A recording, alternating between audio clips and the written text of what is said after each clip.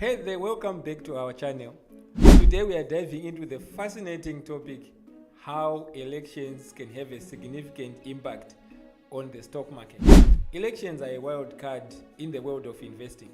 They bring uncertainty and volatility, which can be good or bad, but also this can make it quite challenging for investors to navigate the markets. Imagine trying to predict how the stock market is going to react to a sudden change in leadership in any part of the world, or also maybe in the shift of a political ideology. It's not an easy feat.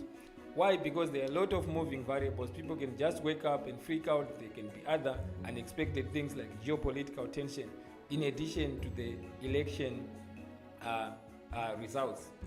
Now, when it comes to elections, different outcomes can lead to various reactions in the stock market. For example, there are going to be elections in the United States where President Joe Biden will be competing with the Republican nominee, that is Donald Trump. Now, in Canada, we have the Conservatives, the Liberals, right, and also the NDP, that is the National Democratic Party, and other smaller parties. But a change in government leadership can result in sector-specific impacts. That is, depending on the winner's healthcare policy, some stocks in certain areas like healthcare, energy, or even the changes in taxes can have a huge impact on the stock market. Now, overall, the stock market tends to be very significantly influenced by the election results.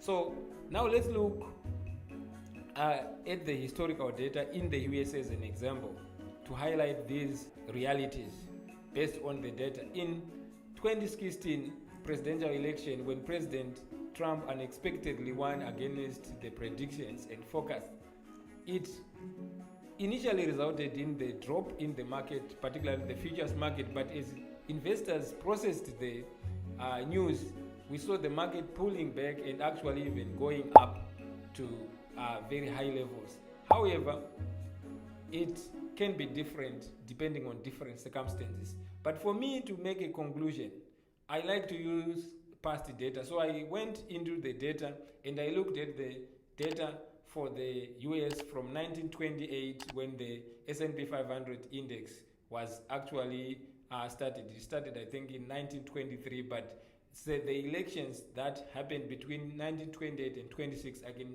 put it on this screen so that you can see. This data came from Morningstar and Iboston Associates. It shows that the S&P 500 index returned, it averaged 15.3% per year when Republicans had been elected.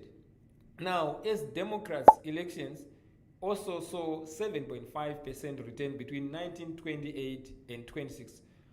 What that means is that for the 23 elections that were held in the US between 1928 and 2016, the S&P 500 index, 19 out of 23 times, it was positive. That is 83%, right? It retained a positive return in election years. Now, when Democrats were in office specifically, the total return in that year was an average of 11% per year, which is very good compared to inflation, which averages 2%. Now it's higher than that in the US. In Canada, 3%. In the US, in April, I think it was 4.35%. Now, for a Republican elected president, average yearly return went up to as much as 12.9%. So I will put this data so that you can see on the screen. So you can see that each time a Republican nominee, at least from the past data, it has resulted in the stock market increasing, maybe because of their policies, but also the Republicans still, even though 83% of the times they still realized positive returns in terms of the stock market returns, but they were lower than the results from winner being a Republican candidate.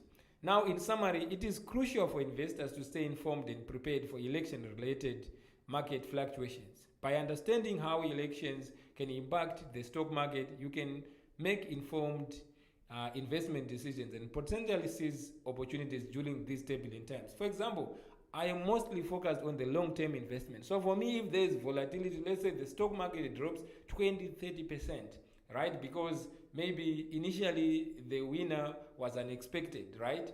I can then potentially get into the companies that I really understand. I don't just invest in every other security, right? For the long term, because what I want is want to get in at a discounted price. So for me, that could be a potential opportunity for me to actually get in for the long term. For some cases, it also depends on quite a number of other things. For example, if the winner in a certain sector favors a certain sector in terms of their policy, right? So those are things that require some research and analysis. So I'm happy to say that I can offer those things for specific clients. So you can reach out to me via my website, streetwiseeconomics.com. Now, before we wrap up, don't forget to hit that like and subscribe button so that you can get more content on market trends. I would love to hear your thoughts about how elections affect your investment strategies. Share your insights in the comments below. Thanks for watching, and I will see you in the next video. Have a wonderful day.